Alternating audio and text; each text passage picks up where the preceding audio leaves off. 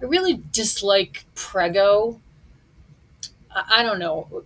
It's far better than preggy, which I happened to see on Alexandra Rodriguez's vlog one day. The word preggy updates. God, it makes you want to slap somebody.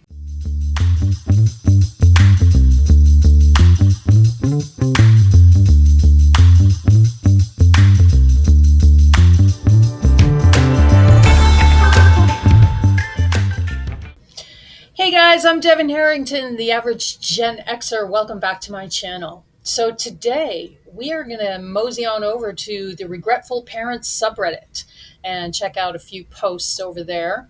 As always, please remember that I don't make content on these stories to mock or disrespect these folks in any way. They are having a hard enough time as it is. Yes, I should say that as a child-free person, kind of verging on antinatalist at this point in my life, I get a certain satisfaction out of having my confirmational bias validated. But I'm not sorry. It's human nature, right? We all want to feel like we made the right choice and have our choices validated, in my opinion, of course. And so I make this type of content because so many of the people who post in forums like the Regretful Parents subreddit say some version of, I wish somebody would have told me how hard this is, or I wish somebody would have told me that it's possible to regret having kids. Uh, there are many people on the fence these days with having kids for a large, huge variety of reasons, as well they should be, in my opinion. And if my content can help someone decide the best decision for themselves, then I am glad to help in some small way with what is probably the biggest decision of most people's lives. So let's get to it. First post is called "Most of the Time It Is Not Fun. Just Say It." I wish society were more honest about having kids and just say how challenging it is. I will say it. Most of the time, it is not fun. Let me be more specific. 95% of the time, it is not fun. Yes, they are cute for that Christmas picture and the moment they dance a 3-minute song, but beyond that, they cry, yell, misbehave, whine, etc. every single day. They are a constant struggle that one has to survive. I'm sorry, but up to a certain point, they are a disease that one has to fight constantly. Wow, this person is not messing around. And they are correct. I'm not sure if it's a man or woman, but uh, the main reason that I don't want children is because I love my peace and quiet. I love things where they belong. I love things, no clutter, no mess, no stuff everywhere. Um, I think I've told this story before, but when I was a kid, I remember crying at the dinner table because our house was so messy compared to the house on the Brady Bunch. So I really, even as a child, longed for a clean house. Anyway, this person goes on. Sure, one will always care for them. That's convincing because you have to be responsible. But there is no single day that I don't think about all the things I could be doing instead of raising a child. Amen to that. If you made the decision not to have kids and that's all you get to think about is all the things you get to do. And the comments are pretty good on this one. The first person says, and it should be mentioned that on this subreddit, I'm not sure how they know, but it'll say parent or not a parent if you don't have kids. And so if you are not a parent, your comments are, they kind of think we're snooping around in their forum, and maybe we are, but anyway. First person is not a parent, and they commented, I don't get it either. When my friends when I visit friends with kids, they look exhausted. They are on edge and joke about what they would do if they didn't have the kids. Then they sigh and say they can't imagine life without them, and I see a twinkle in their eyes again. They are tired and baggy eyes, though. Ugh. Next comment is a parent. I think for many, it's the attention you get when prego. I really dislike prego. I don't know. It's far better than preggy, which I happened to see on Alexandra Rodriguez's vlog one day. The word preggy updates. God, it makes you want to slap somebody. Anyway, this person goes on. No one looks beyond the new stage, and rather than being honest, we blame other women for not being our village. We want to be able to pass off the kids when they're arseholes, and society is changing. So many grandparents, especially grandmothers, are saying no. We will be the good time nana, school plays, Christmas, birthdays, because the years fly by and then our kids leave home, hopefully, but we are tired and then recover and are expected to help with grandkids. I mean, that has always been part of the culture. I was very fortunate to have my four biological grandparents uh, very involved in my day-to-day life. My grandparents picked me up and took me everywhere because my parents were too busy working. Um, anyway, next comment. Oh, it's the same person going on. She's writing this as kind of like a poem in a way, like slam poetry. Anyway, because the years fly by and then our kids leave home, hopefully, but we are tired and then recover and are expected to help with the grandkids. Let's be honest with our daughters, our nieces, our younger sisters. You, as the mother, will be 99.99% the default parent. That just makes my chest seize to know that, like I always say, we shouldn't have come this far to have only come this far. And here we are in well into the 21st century, and women are still expected to do the majority of the work. And I realize that's a huge, broad generalization, but this is this person's comment. She goes on.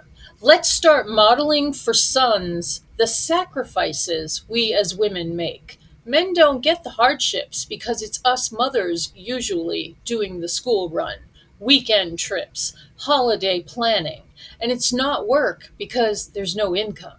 Kids suck. They suck energy and enthusiasm. They suck financially. And why do we need more than one? If you have the unicorn, don't tempt fate. If you have a fussy, whingy kid, why have another? Gender disappointment. How much disappointment before you give up or have what you want to the neglect of the kids already here? Kids aren't fun. Kids aren't a joy. They're not an insurance policy against loneliness or being shoved into a home. Holy crap. Can I get an amen? Uh, next comment. This woman says, this 100% as a regretful mom of three kids who I love, but who have destroyed me completely. They all have to give that caveat. They all feel like such guilt to say, um, they all seem to feel such guilt and that they have to say, oh, but I love them. I love them with all my heart.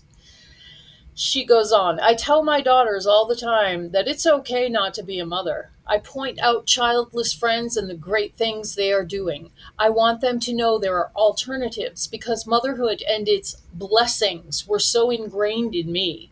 I loved being pregnant and I loved the idea of it all so deludedly that I had three that I am not capable of being a good mother to. The guilt consumes me at times. More people need to be honest and help stop other people from making the same mistakes. Ugh, yes, I feel that so hard. She is right. And that's why there are people making content on this so that people will stop and think about what they're doing before they make a decision that is going to turn their life upside down. Okay, moving on to the next post. It is titled, "Do any of you hate one child but really enjoy the other?" That's pleasant. Asking because I can't stand my oldest, who is 12, but really enjoy spending time with my youngest, who is 8.5. Both are the same gender. My oldest is a good kid, never gets in trouble at school, good grades, healthy friendships, but has always been needy and dramatic. I really hate being around them. I can't wait until they're gone, this older kid, and secretly hope they go no contact with me. Wow. I think I'm a decent parent, C minus or C plus. Oh my God. But nothing I do seems to be good enough for my oldest. Always ungrateful or disrespectful unless I buy them something. And then it's back to ignoring me or being rude. I regret the oldest, but not the youngest. I love traveling with the youngest, homework, etc. Does anyone else feel like that? I'm not revealing gender for anonymity. And uh, the comments on this, well, the first person says, "My mom used to say shit like this to me. For clarity, she was also extremely verbally and physically abusive. But I've been in therapy since I was 24 for severe PTSD, and I'm no contact with my mom. Everybody's human, but your eldest is going to have a hell of a time regaining their humanity after leaving your home. I promise you, no matter how well you think you are hiding this from your kids, they are aware." Wow.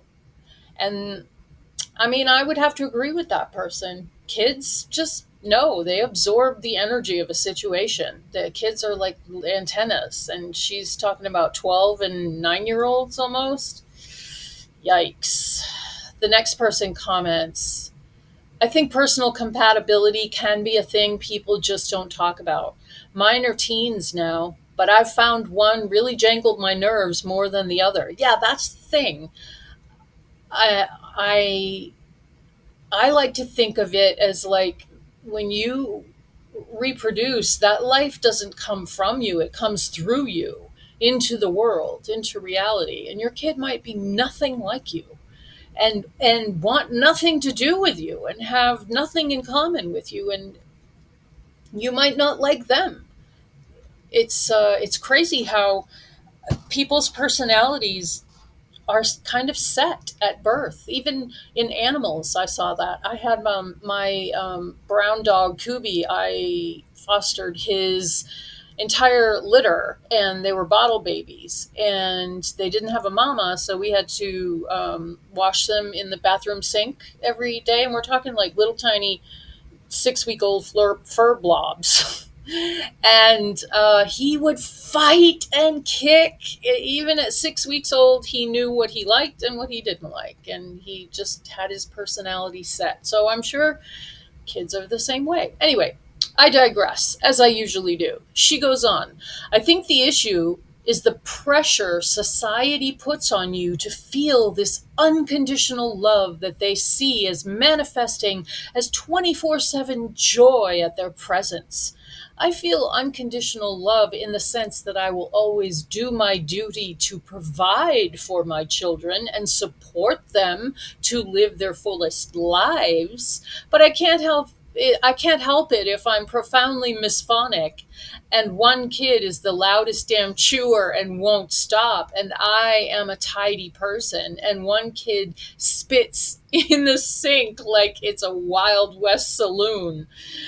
That is no one's fault, and it's ridiculous to pretend parenthood is this magic wand that makes my humanity go away." Very well said. Extremely well said, and so true. And people seem to not be brainwashed. I think, Disney and The media in general, movies, and society as a whole have always passed off this image of parenthood and particularly motherhood as this glorious thing. And the fact is that humans are all different, and what works for one person is not going to work for everybody. Anyway, okay, off the soapbox. Next comment. I love this. It is ridiculous to pretend that parenthood is a magic wand that makes my humanity go away. But parenthood can sure strip you of your humanity and dignity and basic human rights and needs. Everything gets poured into my kids time, energy, money. Yuck. I'm putting your quotation on my desk in a little frame. That's really cool about these forums is people get to help each other out. Another person comments, I agree. 80% of the time, I want to be alone. I don't want any human contact, including from my kids. Wow. And I mean, I totally relate to that. I love being alone with my animals. And there are times where, you don't want the dogs hanging all over you, but they're dogs. So if you tell them go lie down, they'll leave you alone, not like kids. Here's a good comment, too, from this other person. Totally true. It is taboo not to unconditionally adore your own offspring. But the truth is, you and your offspring may or may not be compatible, and you may or may not like each other. And once they are adults, they change a lot, which is natural and right. But a lot of us end up with adult kids we have almost nothing in common with, and in many cases, do not even like each other. Several of us on here have been relieved when our adult kids went no contact. Yeah, she goes on, or one child you like, the other you don't, then the trick is to be relentlessly fair minded and kind, often while gritting your teeth. OP, your feelings seem totally normal, just taboo for this child crazed culture. Very, very true. And the original poster responded, Thank you. I do try and be fair and always write my rules down in my notes and apply praise and punishment equally. I actually told the oldest that I'm done with trying to enforce rules for them and they can do whatever they please. Specifically around screen time, even though it's for their own good, time management with homework, better sleep, etc., because I'm tired of being their villain. But I am now not being fair to the youngest that follows the rules 85% of the time. Yikes. Ugh. What a horrible situation to be in. And it's your own spawn. I'm so glad I don't have to deal with it. Okay. Here is another post. I love this title. Parenthood is glorified imprisonment. Here we go. I love my kids, and they are not to blame in this case. Of course. Of course, you love your kids. My wife's sister is getting married next Saturday, and my mom was supposed to watch my kids, two boys aged 9 and 11. Yuck. Yesterday, Mom fell and broke her elbow, which has left her limited in terms of movement, and she is in some pain, no doubt. A broken elbow sounds horribly painful. I know that I will come across as selfish, but I think that if there's any place where people would understand the frustration, this sub will be it. It's not her fault that she fell. She has Parkinson's. And it's not the kid's fault for existing. It's just the whole situation has left me extremely frustrated, angry, and has yet again reminded me this kind of situation has been a recurring event, why I shouldn't have had them in the first place. I don't want to control other people, but I would like to have some control over my own life.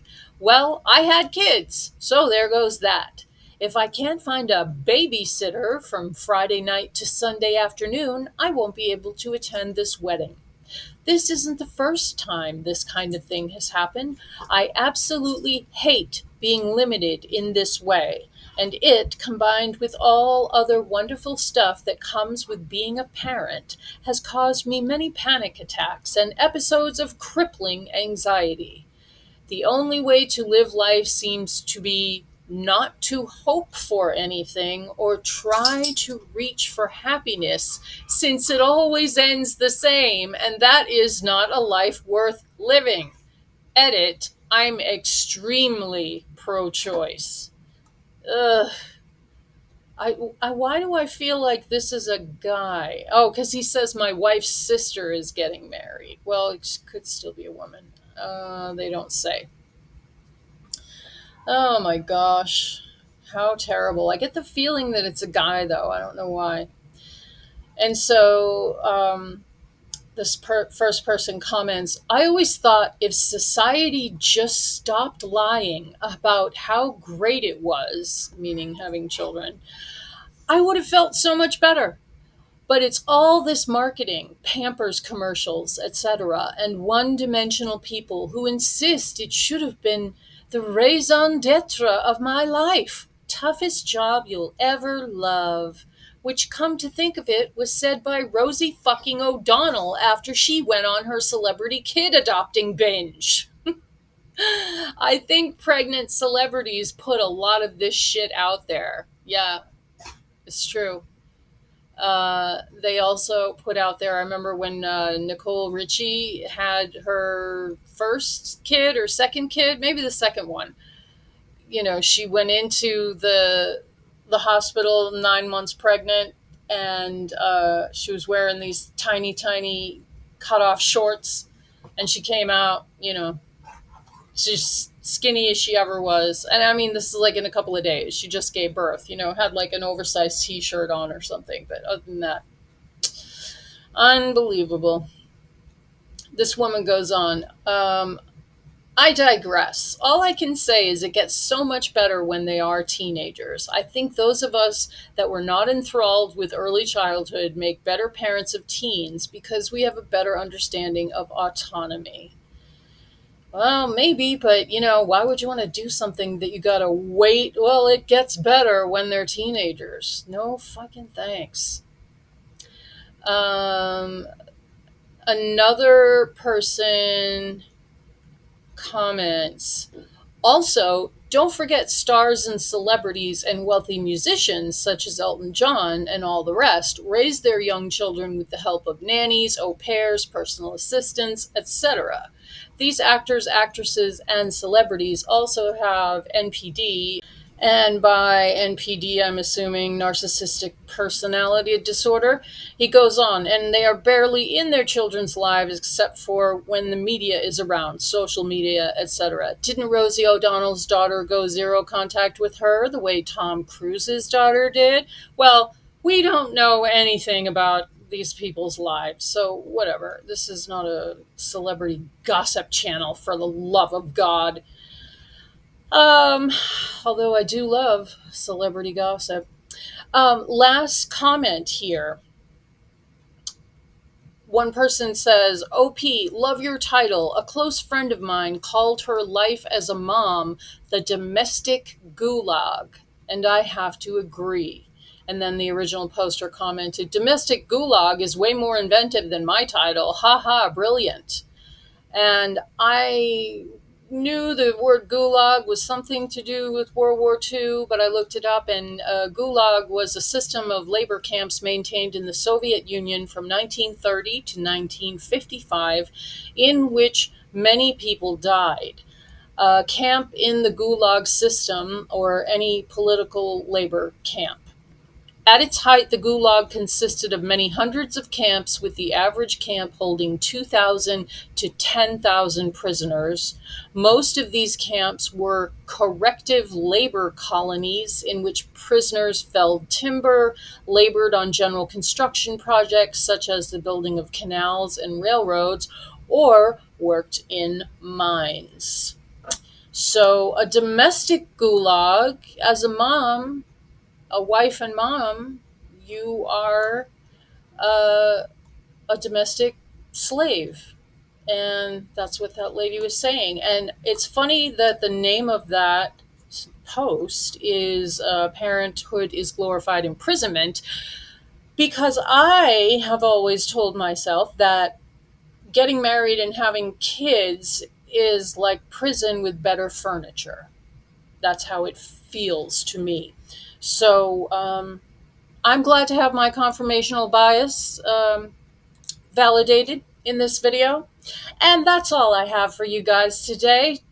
I hope you have enjoyed this video. If you like it. Please leave a comment. Please subscribe if you haven't subscribed. I am so amazed that we have made it past 800 subs. Thank you so much for everyone who comes to hang out with me, and I will see you guys in the next video.